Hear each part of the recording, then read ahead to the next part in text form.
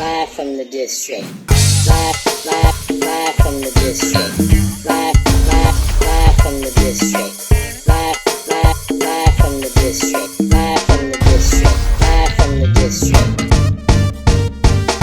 How are you, Dr. Hewitt? I'm doing well, Easy. Thanks for having me. Oh, thanks for coming on. All right, live from the district. So really quick, your background of who you are and where you came from. I read your bio, but I want you to tell me.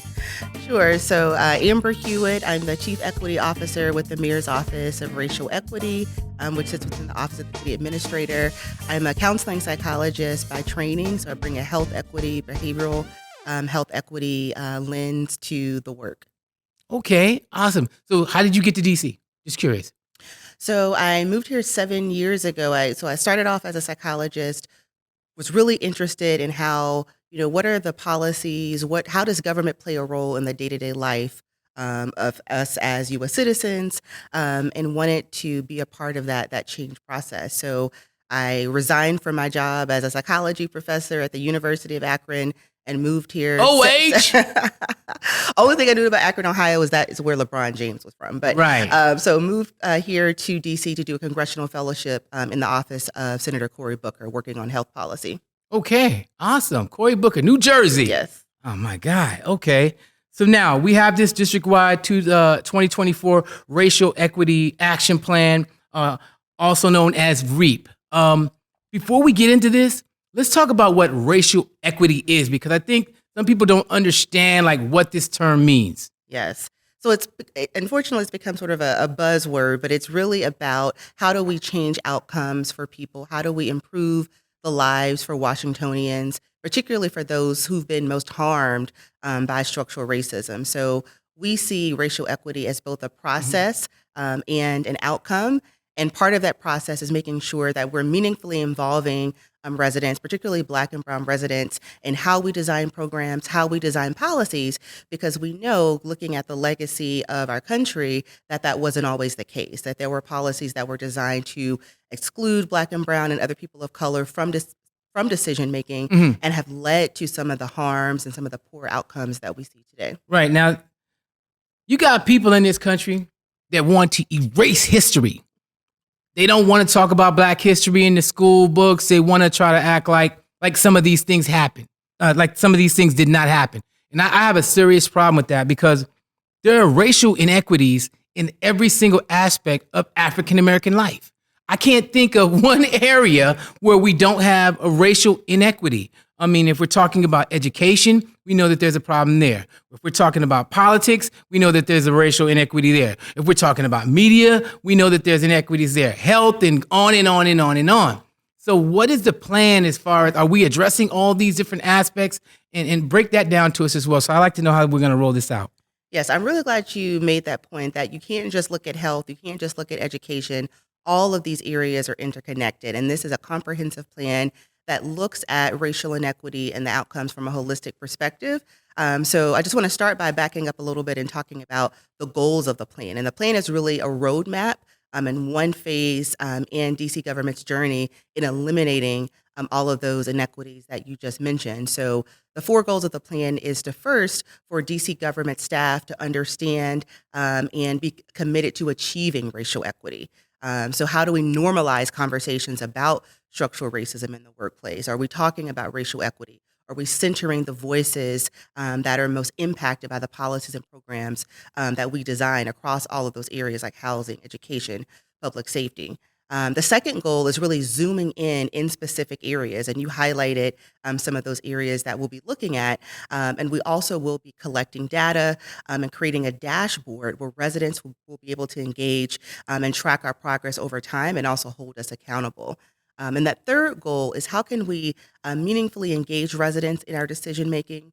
And then the final goal is around, how can we further our commitments to being an equitable and inclusive workplace? Not just looking at hiring, but looking at who's being promoted, who's being retained, in creating that equitable and inclusive work environment. So you mentioned the point around, can't just look at housing, can't just look at education. All of these things are interconnected, and it's going to take a whole of government approach and also a whole of community approach to move the needle on racial equity. So the REAP plan is available now and it's online. What website is it on? Yes, it's on our website, ore.dc.gov. So ORE stands for the Office of Racial Equity, ore.dc.gov/action plan. Yeah, I'm looking forward to reading this. I'm a reader, and I would recommend strongly anyone that's watching this interview to make sure they get a copy of this, because I don't think that the general public understands like what this really means, as far as how racial inequity affects their everyday lives. Let's just take housing. And we're not going to call anybody out, but just recently there was a story about some banks who they found that they were not giving loans to African Americans. And I'm not going to mention the name of this entity or anything like that. But these are the kinds of things that we need to zero in on, because that affects you being able to own a home. And we already know that home ownership is one of the main ways that families are able to achieve equity as a family, right? Right. That's a great example, and it's really a good example of what we mean by structural racism. We can just look at this from an individual perspective. So that example you highlighted, these are practices within organizations, within systems, and that's what racial equity work is about. How do we look at how we are designing policies? We have to go back and repair harm. So this plan really brings about an opportunity to really repair harm and eliminate those structures, those practices that may be leading to some of these inequities. So there are going to be some people be like, wait a minute, hold on. That sounds like reparations to me. There's going to be people that say that, right? Maybe. But I mean, part of reparations is acknowledging the role that federal government has played into some of the inequities. Think about redlining, for example. Right. That, redlining is still impacting people today. It's still going on today. Right. Particularly, Black and brown residents. So, for example, earlier this summer, we all experienced poor air quality. I'm sure many of us probably didn't even mention air quality in our day-to-day life. But we know that based on the history of like redlining, how neighborhoods were developed, how highways were developed, how sort of industries and factories and where they were placed, there were poor air quality and poor respiratory issues in certain communities. So when it comes to racial equity, it's about improving outcomes for everyone, but really looking at who has been the most harmed, who has been the most burdened, and equally distributing benefits of our policies and programs. Okay, Dr. Hewitt, let's go east of the river. Let's go east of the river and talk about food deserts. How about that? That's a one that we need to discuss. What is a food desert? A food desert is like you don't have access to good food in a particular area of the city that you live in because some of these stores decide that they don't want to be in Ward 8 or Ward 7 or other areas. That right there is also an example of a racial inequity, correct? In food. Yes, and that is something that came up in our conversations with residents, access to fresh foods. And this is also an important issue that the mayor cares about. For example, the Food Access Fund that she invested in will give capital to businesses to expand more equitable access to fresh food. So that's a real issue. So that's part of this plan too. That is one of the indicators that we'll be looking at. Yes. Awesome. Wonderful. How does the plan impact residents? Speak on that a little bit more. So it impacts residents because it includes steps that DC government will take to directly improve their lives. This plan is directly informed by residents. We had an opportunity to engage over 600 residents in the development of this plan, and the policies and programs that will be produced because we have a laser focus on racial equity, because we have this roadmap, will benefit all residents because it will work to improve their day-to-day lives in those areas that you mentioned. But this is the first phase. We're in this for the long haul. So I really want to stress the point that this is a roadmap. But again, it's also an opportunity for residents to hold us accountable. So we want to hear from residents in how we're doing with the plan as well. So it's informed by the residents.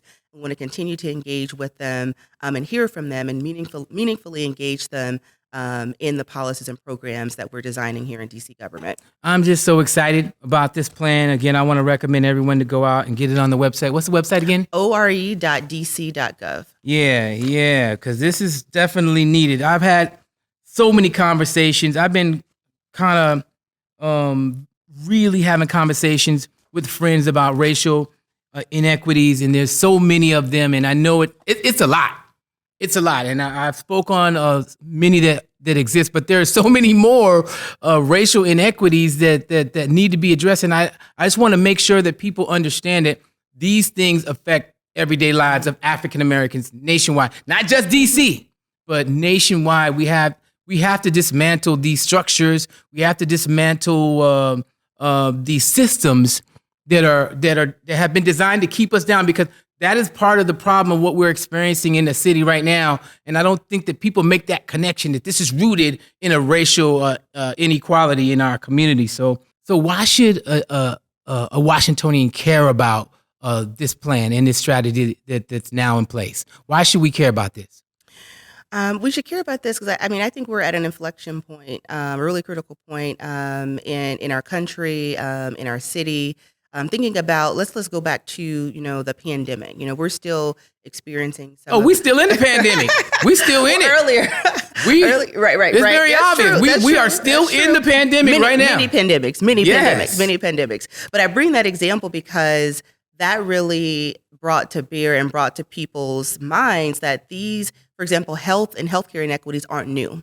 That the pandemic only worsened those inequities. So we should care about it because, as Dr. Martin Luther King said, we have a fierce urgency of now to really work on this. So it's critical for DC government to continue its commitment to racial equity because we're in a very trying time, and residents are feeling feeling different stressors, and we want to make sure that we are here and listening and responding to those needs and providing the right resources and the right investments. So allies, how do we create allies to, in your mind, in your opinion, around the racial equity plan? Because, when we say community, when I say community, I mean the entire community. And, we do a lot of work in our communities, as in the African American community to remedy these problems, but it's always good to have allies and other people involved in recognizing that a problem exists. Are there some other organizations or private organizations that are also part of this plan as well? So the plan was informed by not just DC government leadership, but DC government residents, other stakeholders, our external partners in philanthropy, business. So we receive input from a variety of different areas. So I would invite folks to read the plan to, one, really understand what we're talking about when we mean racial equity, and looking at some of our action steps outlined in the plan as well. Awesome. Well, the plan is chock full of actionable items. I like that. And I look forward to reading this. I really do. Yeah. And I recommend that everyone get a copy of this on the website. That's going to be on the screen right now. Okay. Before we close out, I'm a numbers person. And I was reading somewhere recently about how long slavery was, right? That was 250 years, I believe. Something like 250. We're around that area. But how long has slavery been abolished? 1865, right? And then we dealt with the Jim Crow, and we dealt with the civil rights movement. And I'm not looking for a magic number with this final question. But now that we have this plan in place, now that we have the REAP in place, how long do you think it will take? And I know I kind of position it because I kind of put it that way because I want people to realize that we were in slavery longer than we've been free, number one. And we're talking about generational issues that have been going on for hundreds of years. How long do you think it will take for us to be able to have some real racial equity in Washington, D.C.? Well, you said that the issues were generational. The solutions will be generational as well. But what this plan does is that it is a 3-year roadmap of achievable actions in the short term that really lays the foundation for longer term transformative change. So I can't give you a direct answer, but I'm excited about this plan because it's one step in that long haul that we're in district government. And we need everybody to be patient because these things didn't happen overnight, and it takes time to undo and dismantle. And we need all hands on deck. Awesome. Thank you, Doc. Thank you. Appreciate it. God bless you and your work. Keep up the great work. Live from the district. Live